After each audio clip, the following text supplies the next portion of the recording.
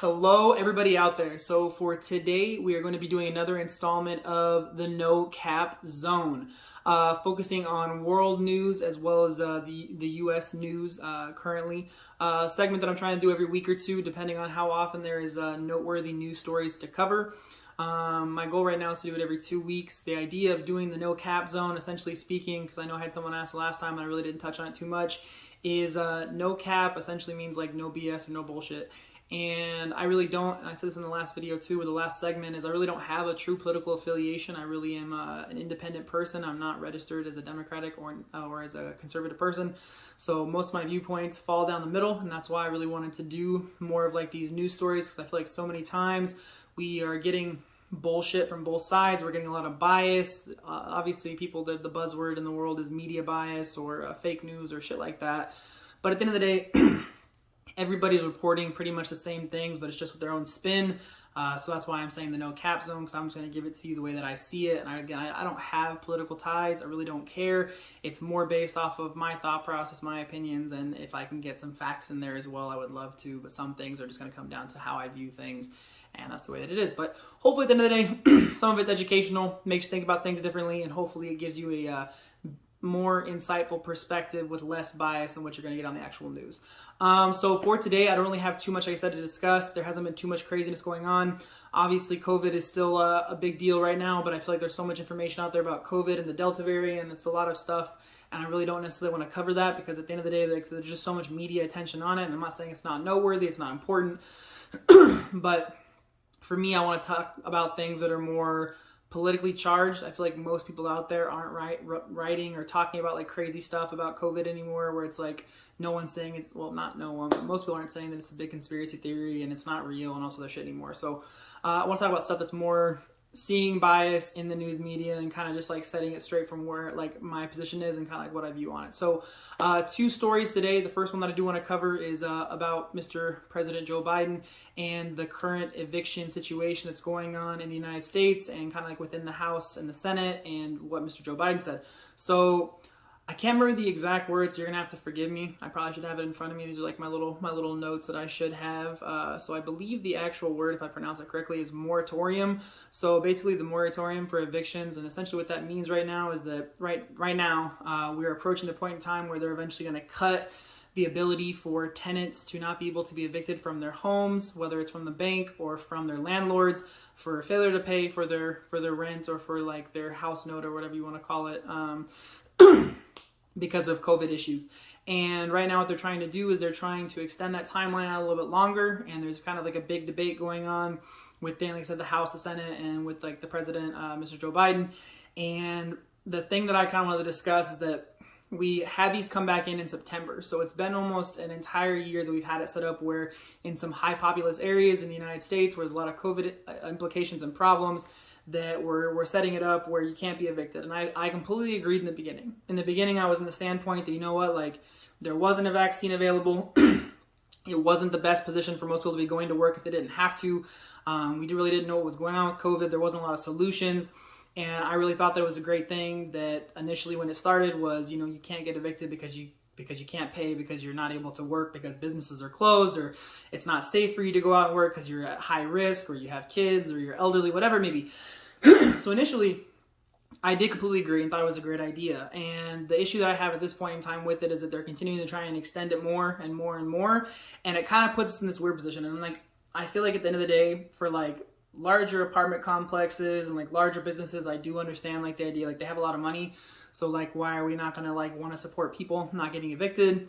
But on the flip side, you got to think about some people that are like smaller, like landlords who maybe own a handful of homes and that are retired, and that's their primary source of income.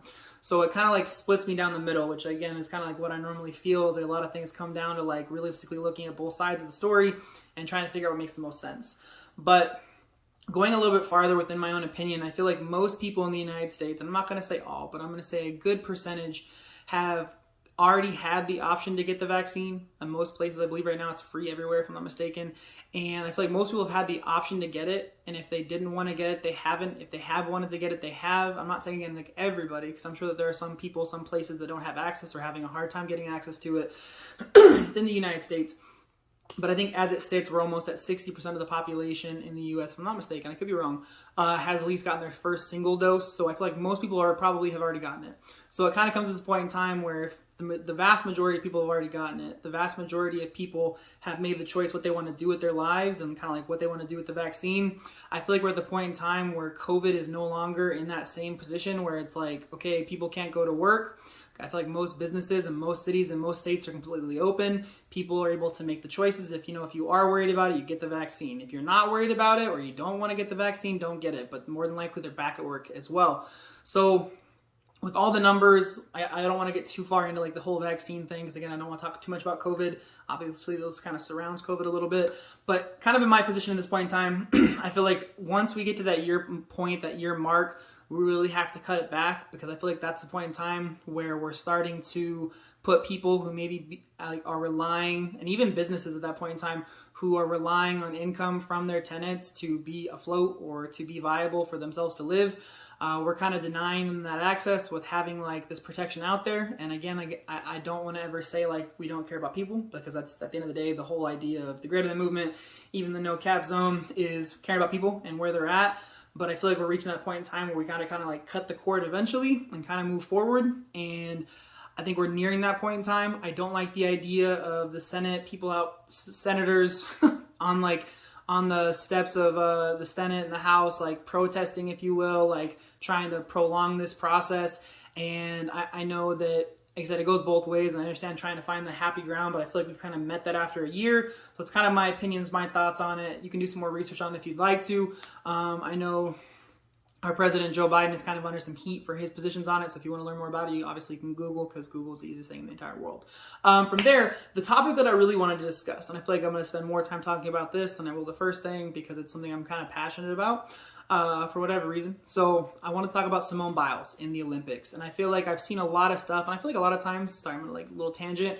A lot of things I want to talk about are things I see a lot of social media posts on. I see a lot of people posting about it who have their opinions and their own thought processes. And I hate seeing people who are just talking out of their ass or who are being very biased or being very unthoughtful. And I wanted to start off by saying that her official reason for dropping out of the Olympics was mental health. And I don't think that anyone is in the position to discredit her or put her down because she's making a choice to take care of herself and take care of her mental health. And I feel like people that are attacking her and that are saying stupid things like you took a spot away from somebody else or you're being selfish or you're a quitter, like you have to understand that like she didn't go into the Olympics this year with this mentality that she wasn't okay. If she did, she would not have gone. If you look at her past, her background, the organization that she started, you can obviously tell she's not a selfish person. She does genuinely care for other people. And to say those things just show how ignorant you are and how biased you are and how little in touch you are with like how actual things work. There's no way a world-class athlete is gonna go in. It's like Michael Jordan sitting out of, I don't know, the NBA finals and saying like my brain is not where it needs to be. Like I literally can't do it.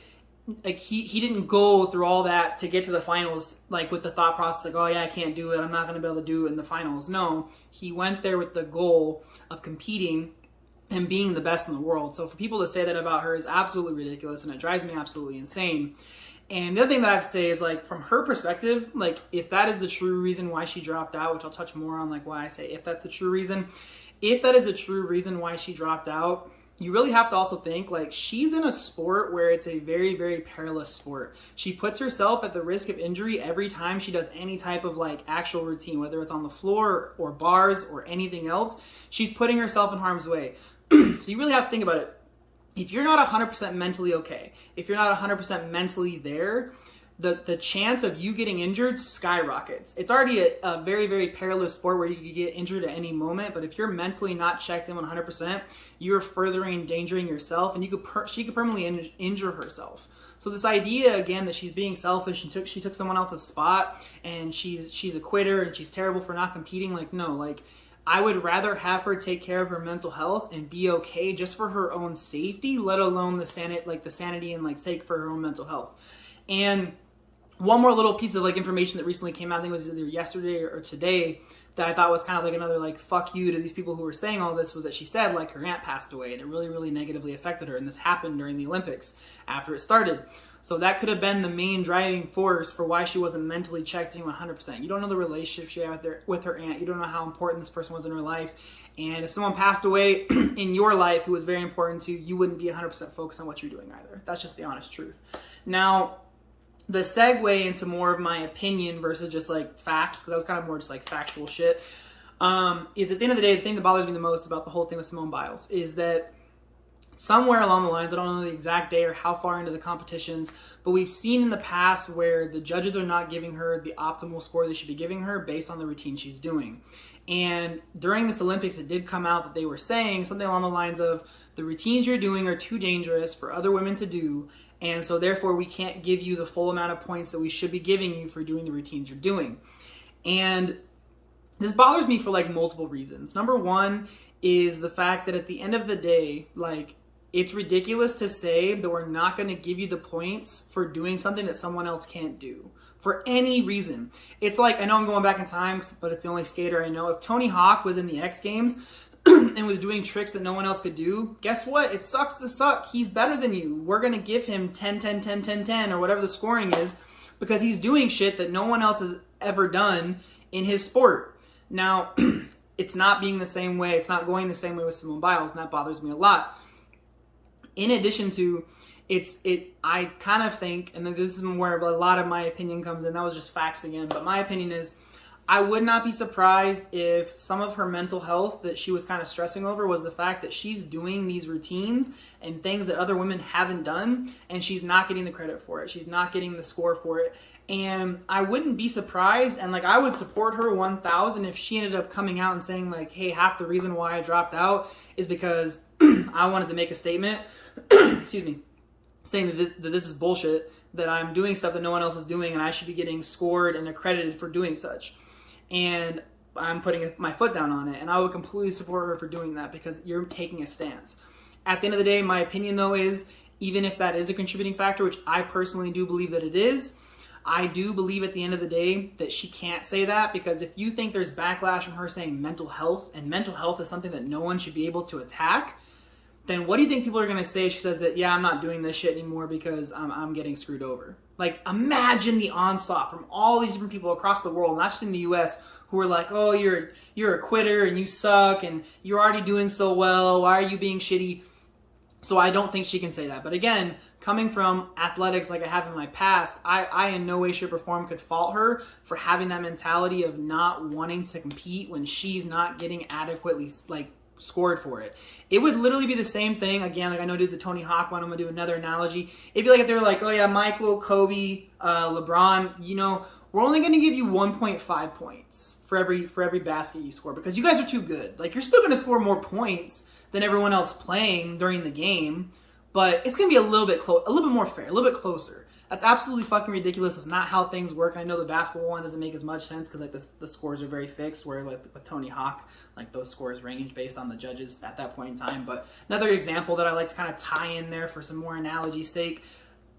And one more thing that I do want to touch on that's really, really bothering me is that I'm kind of annoyed, and this is, again, in my opinion, a little bit of rant, and I'm okay if some people watch this video and get a little pissed off at this point in time. If you've made it this far, thank you, but if you get mad after I say what I'm going to say, then so shall it be. But again, it is the no cap zone, so we're going to talk the real shit. So at the end of the day, I'm kind of upset that I haven't seen kind of more of a support from her, and I'm not saying it's not out there, but I'm not seeing it all over social media like I see when other things happen in the world to women.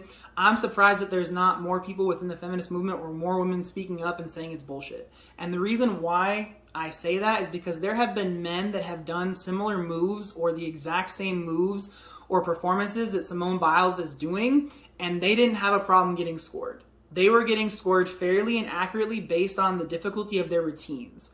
So we're sitting here in a world, in a society, which I support this idea that women and men should be equal in everything. Whether it's work, whether it's grades, whether it's school, whether it's, I don't know, whatever the fuck out there, it doesn't matter. Everything should be equal. That's the way it should be. It's equality. That's what feminism is supposed to be supporting. It's what everyone's supposed to be supporting if you're a decent, good human being. But this idea that people haven't spoken up and said like, hey, why are these men getting scored for it? It's okay that they do it. They're not getting knocked for it. But Simone Biles, a woman, and I get that she's the only woman, again, but it sucks to suck that she's the only one that can do it. But guess what? she shouldn't be penalized or not given the opportunity to score higher based on the routine she's doing. And again, I know it's a very small issue, but overall, it's something that people have been talking a lot of shit on social media about. And there again, it kind of bothers me because I feel like a lot of people are just so out of touch with what's reality. And I think we have to understand that at the end of the day, we don't necessarily know what's going on with her, but what we do know is that the stuff that she has said is what we have to take at face value for right now. So for the people that are calling her shitty or taking someone else's spot or whatever else for taking care of her mental health, shame on you. And for the people that are not standing up and saying like, hey, this is kind of bullshit that Simone is not being given the same opportunity as men as far as the scoring within gymnastics is bullshit. So again, at the end of the day, kind of my opinion, some little facts thrown in there. It's pretty much like my totalitarian view on the issue. It's pretty much what I have for the No Cap news segment for today. Kind of short, but again, there's not too much craziness going on aside from COVID, which I don't want to talk about. I don't do answers for these live videos for the No Cap Zone just because at the end of the day, I'm trying to keep it like a little fake news segment while I can. So I'm trying not to do the live questions. But thank you guys for watching. I do really appreciate it. I will have this up on YouTube sooner than later. And if you want to ask questions about anything else, or if you want to ask questions after this on another live stream or another video or a comment on YouTube or whatever, feel free. If you want to reach out to me directly, you can. The Greater Than Movement is pretty much the social media handle you'll find me on all over across the web. And if you can't find me there, look a little bit harder. That's what I got, guys. So thank you guys again for watching. Have a fantastic day. Stay healthy, stay safe, and remember above all, be greater than. Thank you guys for watching No Cap Zone. Have a great day.